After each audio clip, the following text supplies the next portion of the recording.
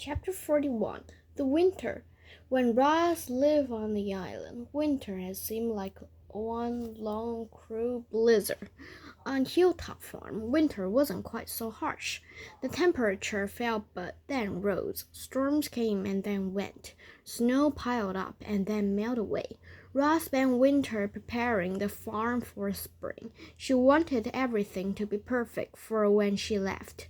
She tuned up the machines. She made fertilizer from old grass clippings and manure. She planned which crop would be seed in which fields. She carefully looked up over the herd, making sure each cow was happy and healthy. She made long lists of supplies. Then Mr. Sharif placed big orders. The herbing machine hauled bales of hay into the pasture, and the cows gathered around to eat, steam puffing through their mouths. Some of the cows were drying off and wouldn't be milked again until after the calving season. Others went to milking parlor twice a day as usual.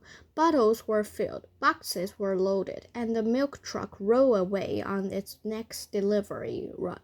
No matter the season, the dairy farm kept charging along. Every day after school, Jaya and Jet ran to their bedroom and got right to their homework. And when their homework was finished, their secret studies began. They researched the design and concentration and maintenance of rosin robots, hoping to discover some way for Roz to safely escape. The information wasn't easy to find, but the children were persistent, and after weeks of work, they finally found what they were searching for. Chapter 42 The Plan. Jaya pressed a button on the side of the milking parlor, and the door hummed open. She and her brother stepped inside the wound their way past gleam pipes and tanks over to where Roz was cleaning some equipment. We found the diagram of your design, said Jaya. We think we can help you escape. The problem is my transmitter, said Jet. It's the device that sends out your electric signal. If we can remove your transmitter, you'll be able to run away whenever you want, without anyone tracking you. Do you know how to remove it? Asked Roz. I do. I think so. The boy chuckled nervously. But we don't know for sure until we open you up and take a look. We'll have to do it late at night, said Jaya, when Dad is sleeping. We just need a place where we can work in private, said Jed, rubbing his chin. How about the old barn, said Roz. It is quiet and hidden. I can prepare the barn today, and you can operate on me tonight. Everyone agreed, and the plan was set. Chapter 43 The Operation. Midnight, and the children were wide awake into their beds. Jaya and Jed were waiting for their father to fall asleep. Once he was snoring deeply, they tiptoed past his bedroom, down the stairs, and out the back door. She crept across the farm to a cluster of trees, and there was the old barn, looming above the undergrowth like a mountain. Its door was open a crack, and the wedge of light spilled outside. The children closed the door behind them and walked past wooden railings and stair walls, and up a ramp to a platform in the back corner of the barn. Lanterns hung from the walls and cast their soft light upon a large table. Standing behind the table was the robot. Hello, children, said Roz. How do you like our operating room? It's a little bit dark, said Jaya, but it'll work. Jed pulled his computer from his pocket as he brought up the diagram of Roz's body. His face tightened with worry. We've never done anything like this before. Just do your best, said Roz, patting him on the back. It is all I can ask of you. The robot unfastened her tool belt and dropped it over a railing. Then she lay flat on the table. It was time to begin. Jaya looked down at Roz. All set? Roz looked up at Jaya. All set. The girl felt under the robot's head, found the button with her fingers, and pressed it. Click. Roz's body relaxed. Her quiet whirring slowly stopped. Her eyes fell to black. Jed took a deep breath. Then she grabbed the robot's head in his hand and twisted until flip it off. In the smoothie socket where the head had just been was another button. Jaya pressed it, and the robot's chest opened up. They peered into the hollow chest cavity and saw a tangle of tubes connect to a grid of boxes. These were the robot's electronic organs. That's the transmitter, said Jed, pointing. The children reached into the robot's chest, carefully removed a box and a tube, and set them on the table. That was easy, said Jaya, smiling. Actually, I think that this is the transmitter over here, said Jed, and he removed another box. Then Jaya removed another tube. The boy checked his computer and said, I might have this backward. A bead of sweat rolled down his forehead as he removed another box. Wait, I think we should start over. Jaya nudged her brother out of the way and started plunging parts back in the robot's chest. You're doing it wrong. Jed nudged his sister out of the way and started removing parts again. I don't know about you, reader, but I'm a little confused. So were the children. Pretty soon, Roz's internal parts were swung across the table, and nobody knew where anything was supposed to go. Why do you remove so many boxes? Yelled Jaya. Why do you remove so many tubes? Yelled Jed. The siblings argued for a while. Then they sat quietly for a while. The children were tired and cranky and afraid that they'd never get Roz working again. Jaya slumped against the table and looked up at the ceiling. Then her eyes drifted to the lanterns dimly glowing above. And then she had an idea. She climbed onto a wooden railing, grabbed one of the lanterns from its hook, and climbed back down. When she held the lantern close to Roz's body, Jen noticed that there were different numbers lightly etched onto each of the internal parts. Now things were starting to make sense. The children quickly removed the correct box and tube. They put the robot back together and they turned her on. Click! Rosa's body tensed. Her quiet whirring slowly started. Her eyes began to glow, but she didn't say a word. Are you okay? Said Jed. Roz pointed to her mouth. Can you speak? Said Jaya. Roz shook her head. She can't speak, cried the boy. We must have put something back in the wrong place. Click! The children opened up Roz's body, rearranged some of her internal parts, and put her back together again. Click! Roz powered off and said, Children, I can now speak, but I cannot move. Click! After hours of trial and error, and with morning light seeping into the barn, the operation was a success.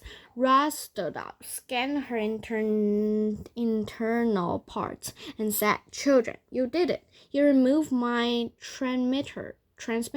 Thank you so much for your help. We're very welcome, said Jaya, yawning. Jet checked his computer. I can still see your signal on the map, he said. Your transmitter is still working, so keep it close until you leave the farm. And then he stuffed the little electronic device into the robot's tool belt. Children, there is a bit of bad news. Bad news, said Roz in a serious tone. I know you have been up all night long, but I'm afraid it's time for you both to get ready for school. Chapter 44, The Patient Robot. After being trapped on Hilltop Farm for nearly a year, Roz was now free to run away anytime she liked, but without Brightbill to guide her, she wouldn't make it far, so the robot patiently waited for spring to come and for her son to return, so they could begin their long journey home together. Chapter 45, The Bird Conversations. As winter dragged on, Roz spent more of her time inside with the herd. There was a long stretch of quiet. The cows chewed their hay. The robot tapped the farm computer. The wind gently rattled the windows. And then someone would start talking. Someone else would chime in, and the quiet of the barn would gradually be overtaken by conversations like this. I'm so bored, Tess was staring at the floor. I can't wait until spring, when I can wander through tall grass and feel warm sunlight on my back. I just hope I don't die of boredom first. Old Annabel snored. You young cows are spoiled rotten, she said. Your lives are so easy, and still you find things to complain about. Tess rolled her eyes. Yeah, you should be grateful for what we've got. You've told us before. Well, you should be grateful for what you've got, said Annabel. I've lived on other farms, and trust me, you have nothing to complain about. Tess couldn't help being curious, and she said, what were those other farms like? Oh, I'd rather not discuss them, said Annabel. It's in a low voice. You see, I witnessed some terrible things on those farms. It was a blessing when I was moved here, but I often think about the animals I left behind. I hope they're okay. The old cow sank into thought for a moment. I now live here isn't perfect, she said at last, but we have so much to be grateful for. We have our lovely herb, and we have this beautiful barn, and we have Roz at last. And we have Roz. Annabel turned and smiled at the robot in the corner.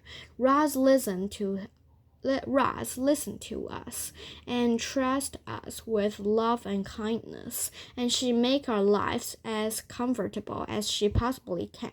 We certainly will miss her when she's gone.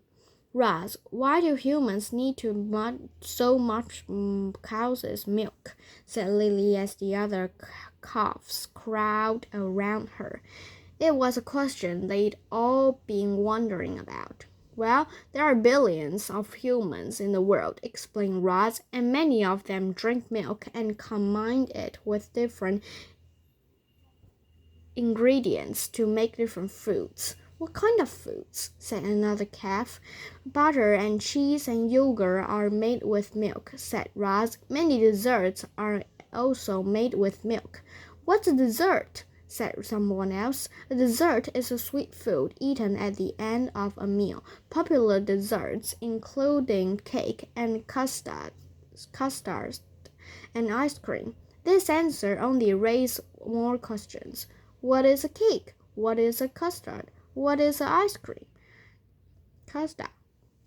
What is ice cream?